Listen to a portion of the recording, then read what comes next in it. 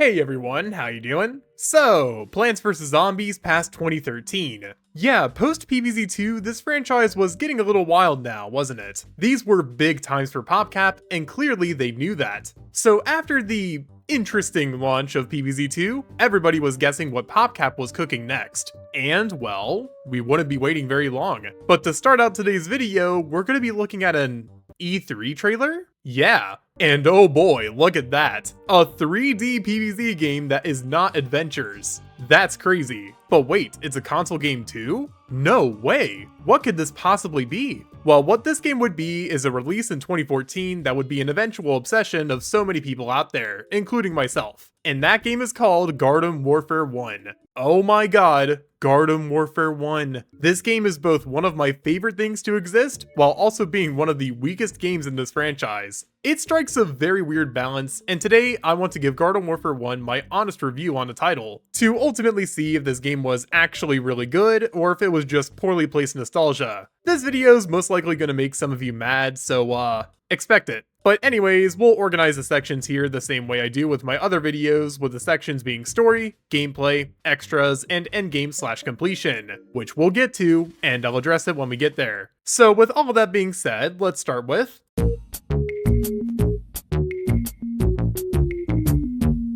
yeah, these sections are never long in my PvZ reviews, are they? So Garden Warfare 1's story is, well, almost non-existent. Like, the zombies are trying to take over the area that the plants control in the game, Suburbia. And that's it. Now, there's more lore sprinkled in here and there, but that's basically all we're given for the most part. The sequel to this game is where the story actually gets interesting, so for the sake of brevity, we just won't cover more of it here. This game doesn't even have a proper campaign, so why bother? Oh, and speaking of that part, let's cover that part of the game next, why don't we?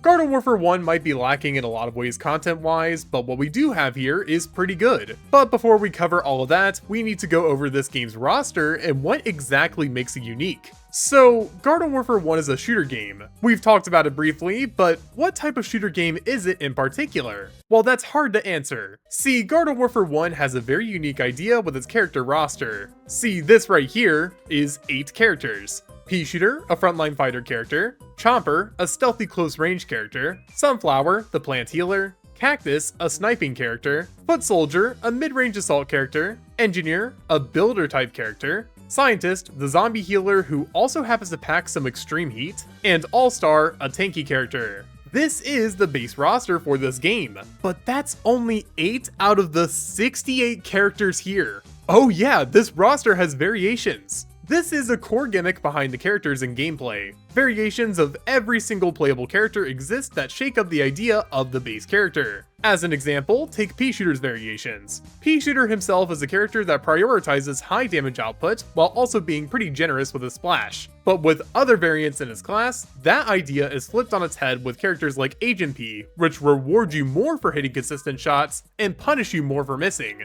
As another example, Scientist is a character that prioritizes close range combat. But with a variant in his class like Astronaut, now long range is the primary way to deal with opponents. There's even crazier ideas out there, such as the elemental characters, and I could even get into the questionable balancing of all of these as well, but I think you get the idea here. If there was a wacky idea for a character, you better believe PopCap made it a reality. But the characters aren't the only things you can change. You can also change abilities for the characters too. Like other shooter games, this game has an ability system. Each character has 3, with each ability having at least 1 variation. And these variations are also really unique too. Well, okay, some of them aren't. Like, Sunflower's heal beam just has a rainbow variation that does the exact same thing. I mean, I'm fine with this, I love it. But Scientist got an actual change to his healing, so what gives? The same thing can be said about the variants too, so I suppose we could dive into this further, but I'd honestly rather save that discussion for the future game where it really starts to matter. So that's a basic rundown of what exactly makes Garden Warfare 1 such a unique game for the actual shooter aspect. But now we get to talk about the game modes this game offers, and holy frick does this game give us some crazy stuff. Let's get the less interesting one out of the way first, that being multiplayer. So Garden Warfare 1 is a multiplayer game, with there being a lot of game modes to choose from. Now, most of these are dead, so I can't really grab footage of my own for the less popular ones, but regardless, I'll talk about all of them, starting with the first main mode, Team Vanquish. This is your run-of-the-mill team deathmatch mode, only this one has a unique twist. You can revive teammates to lower the score of the other team.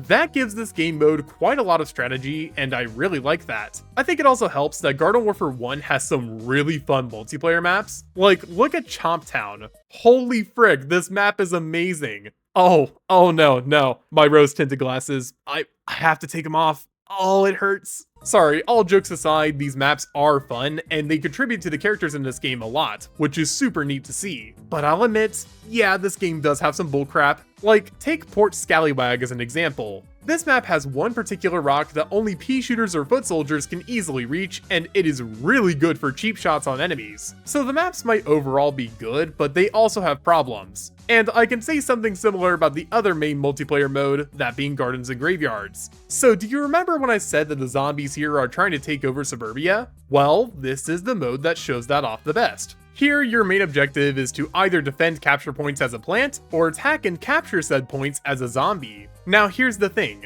These maps are massive, and you also have a time limit. There's also a lot more to this game mode than what I mentioned too. To give an example, the Engineer, a class I haven't really covered much of, actually serves a pretty good purpose here as a teleporter builder. Since the maps are so big, PopCap made a way for the zombies to reach their destination sooner, and Engineer is the guy who made that for them. There's also another system at play here with the introduction of potted plants and spawnable zombies. Yes, you can really spawn in AI plants and zombies that help you defend or attack an objective. It's really neat stuff, and frankly, there's a pretty deep system here that we could discuss more of if we wanted to. But I think the real intrigue of this mode comes down to the final sections of each map. When the zombies capture enough points, there is one final minigame for both sides to compete in that pops up. As an example here, the map Driftwood Shores has a minigame where the zombies have to launch themselves from a cannon onto an island that houses a massive sunflower. Their goal is to kill this sunflower, thus stopping the power of the lighthouse that it sits on. The plants can counteract this by using flax cannons to shoot the zombies out of the sky before they ever reach the island, or by simply defending the lighthouse itself. There's a lot of unique ways to approaching this minigame from both sides, and this happens with every map. If you ask me, that's pretty cool. There's more that we can discuss here, but like with everything else, you get the idea. This game mode is fun, and very in-depth too. But that's not all of the game modes. We have quite a few alternate choices here as well, such as Welcome Mat, which is a stripped down version of Team Vanquish where you can't use any unlocked characters or abilities, Suburbanation, which is a domination type mode, Gnome Bomb, which is sort of like a search and destroy mode, only there's 3 objectives, a bomb that isn't on one side immediately, and everybody can respawn. There's Vanquish Confirmed, which is a kill confirmed mode, only you collect orbs instead of dog tags, Capture the Taco, which is a capture the flag mode, only zombies get to do it though, bit random but fine. And finally, there's a mixed mode playlist where you could play every mode if you desire. So yeah, there's a lot of extra modes here that you can play if you want to, though again, the vast majority of them are just dead. That sucks. But that is just one half of this experience. We still have the other mode to cover, which is Garden Ops. Holy crap, Garden Ops. Okay, before we get into this, I just want to say that I have never been a big Ops fan, but I can't lie, I do love the genius design of this game mode. So while I haven't played too much of it, I can at least provide a decent explanation behind it all. So this mode is quite simple on paper. You enter one of the Team Vanquish maps as a plant, and you plant a garden down in one of 3 different spots. Then you defend this base for 10 waves, with potted plants and friends being your allies. Then you make a run for it once the base is fully defended, and evacuate the map before you're overrun by zombies. It's so simple. But oh my god, the depth behind this mode. Okay, so to explain what I mean, I need to explain the wave structure before anything else. By default, waves 3, 5, 7, 10, and 11 are all special waves. 3 and 7 are specific zombie type or special objective based waves, 5 and 10 are boss waves, and finally, 11 is an escape wave,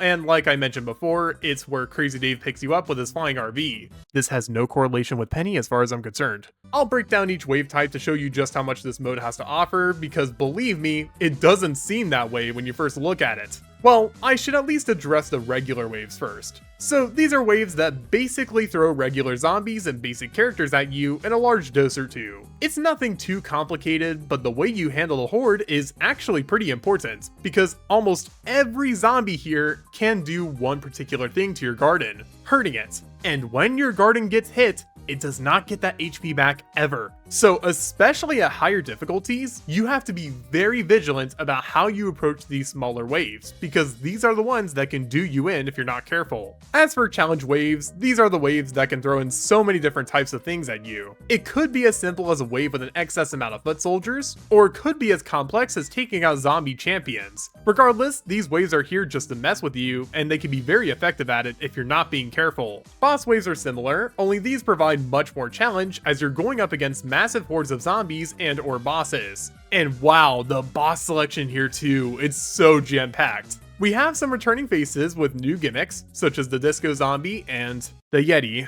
But we also have a new face, Baron Von Bat, who is a vampire. It's a small but very fun selection, and all of the bosses can be very dangerous if you're not being careful. But that's especially true if you get a super wave, which is when the roulette that Zomboss pulls lands on 3 of the same character / horde. These waves suck, and I'm not even gonna sugarcoat it. I hate these. Like, I'm sorry, but if I ever have to play a super Yeti wave again, it would be too soon. I'm sure many of you have horror stories of that wave, it just sucks. Our final type of wave here is the extraction one, where the garden you planted destroys itself, allowing you to escape the zone just as it's about to get clobbered. It's neat that the game throws in one last challenge to make your heart rate go up just a little bit when you think it's all over. I have a very distinct memory from when I was a kid, where I was about to finish Crazy Ops, then my entire team went down because we got flooded by a bunch of zombies before Dave pulled us out. Needless to say, I still don't want to touch this difficulty ever again. Now, this is all a lot to keep track of, which is why it doesn't really matter all that much if you play with teammates. Yes, this is the co-op mode in this game, and up to 4 people can tackle it at the same time. And despite only being able to play plants, you still have a lot of variety in the characters you play. So there's a lot of strategy, but you don't necessarily need to have one if you're just playing with people. Sometimes killing the horde is just fun. Alright, so that's a pretty basic rundown of this game's main content. Is there a lot more I could talk about? Absolutely. But frankly, I think most of you watching this know exactly what Garden Warfare is all about, and besides, I'm covering even more of what the game provides in the next section anyways. So let's move on to... Garden Warfare 1 doesn't offer a ton of extra content, but there's enough here to make it interesting. So first of all, I should mention how you get all of the variants and stuff in this game. So Garden Warfare 1 has a very interesting system for unlocking items, and that's called the sticker pack system. So whenever you complete a match in multiplayer or ops, you get coins for it. Save up enough coins and you can buy sticker packs that give you items. There's actually a lot here that you can buy, and these are the ways that you get almost everything in this game, such as the awesome customization. I'm gonna miss you, Garden Warfare 1. Garden Warfare 2 just did the cosmetics so dirty. But anyways, it's pretty important to grab the packs as often as possible because they basically control everything in this game, which includes the variant system that I haven't even mentioned yet. So the roster can actually power up too, and the way they do it is by getting upgrades in sticker packs. Now unfortunately, these are all pretty randomized, so you're gonna have to get lucky if you want all 3 upgrades for one particular character, but regardless, you can still get it eventually. Now as for other ways of unlocking the variants, well, there's a few that are tied to the leveling system in this game.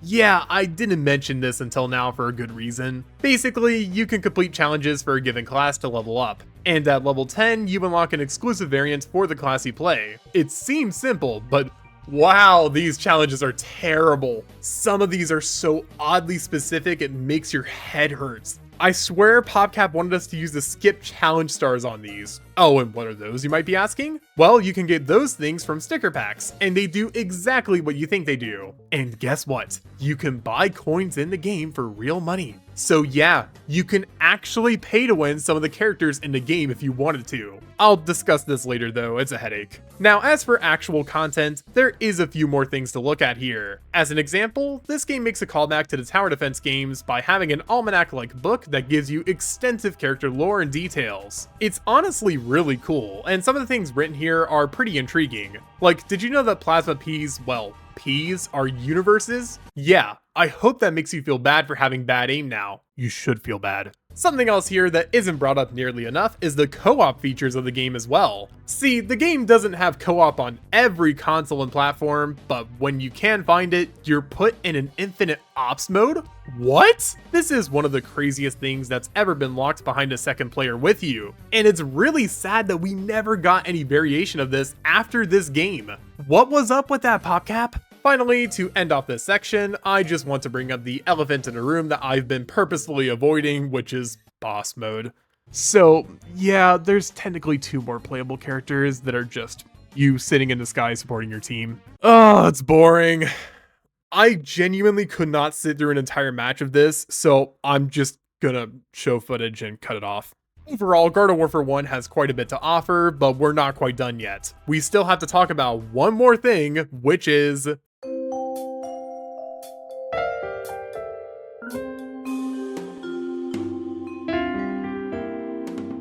you want to complete Garden Warfare 1? Well, technically there is no end goal, but there's 2 different things you can do. One of them is the leveling up system, and it does actually have a cap here, which is rank 313. And guess what? You could pay to win this rank if you had the money. Now, I don't think anybody's ever been so stupid that they did that, but the fact that you can do it at all is dumb, and there's no getting around it. Now, as for how long this would take you if you did it legitimately, I don't know. Garden Warfare 1 is the game I've by far played the least out of the 3 shooter games, as you could see with my rank. In my defense, my old 360 account was much higher, but yeah, this is all I have to show for my efforts nowadays. Still though, this game is a tough one to achieve max level in, which is why there's always another choice for those of you who aren't crazy, which is the achievements. So Garden Warfare 1 has a lot of achievements for doing basically anything, and because of that, it's actually become something that a lot of people go for in terms of completion. Now, I myself will probably never get all achievements for Garden Warfare 1, but if you want to go for it, then go ahead. I've heard it's tough, but very enjoyable. But outside of those 2 things, there's really not much to complete here in Garden Warfare 1. This game is super simple, and because of that, there's not a whole lot to really do besides going for these things. It's a strange situation, but it is what it is. And with everything covered about this game, I think it's time I talk about how I truly feel about it. And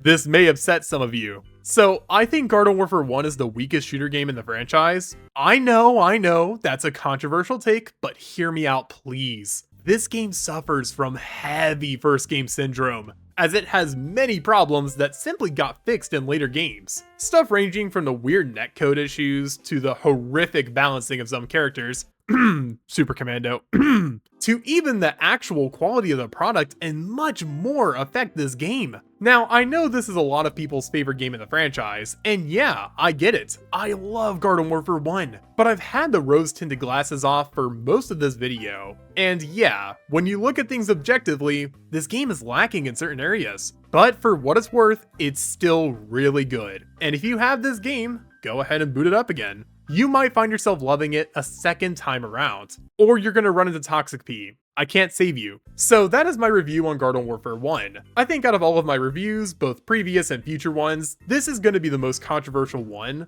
and I can just tell because people love this game. So with that being said, please keep this slander to a minimum in the comments. I would much rather see comments about how you guys feel about the game yourself and what you like most about it. Also, if you're new around here and you like what you see, then maybe consider subscribing too. It helps me out a ton and I'd really appreciate the support. Now, as for me, I'm gonna get my hopes up for a much more exciting title here, so I'll see you guys in my next video. Peace.